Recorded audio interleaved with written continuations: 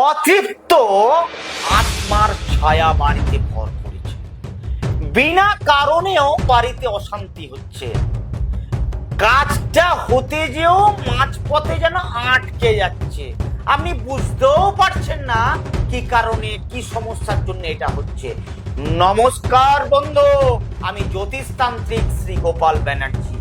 এটি একটি অতৃপ্ত আত্মার ছায়া আপনার বাড়িতে প্রবেশ করেছে, বা এটাকে তান্ত্রিক মতে বা জ্যোতিষ মতে বলা হচ্ছে এটি একটি পিতৃদোষ। এই দোষকে নিবারণ করতে হবে। আপনারা কি করবেন, এটা থেকে মুক্তি পাওয়ার জন্য কি করবেন? অভ্যর্থ এক টোটকা বলছি, করুন, 100% উপকার পাবেন। কি করবেন?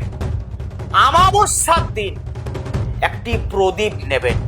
সেই প্রদীপে একটু ঘি, একটা তুলসী পাতা আর একটু গোমূত্র নিয়ে সেই প্রদীপটি অমাবস্যার রাতে বাড়িতে জ্বালান এবং তার সামনে বসুন। বসে 17 বার আমি এক মন্ত্র বলছি, মন্ত্রটা পাঠ করুন। কি সেই মন্ত্র? ওম পিতৃ দোষায় নাশায় নমঃ। ওম পিতৃ দোষ নাশায় নমঃ।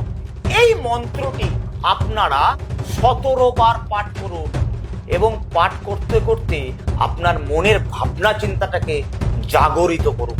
দেখুন এটি কবার করবেন? 3টে থেকে 4টে অমাবস্যার দিন এটি আপনাকে করুন।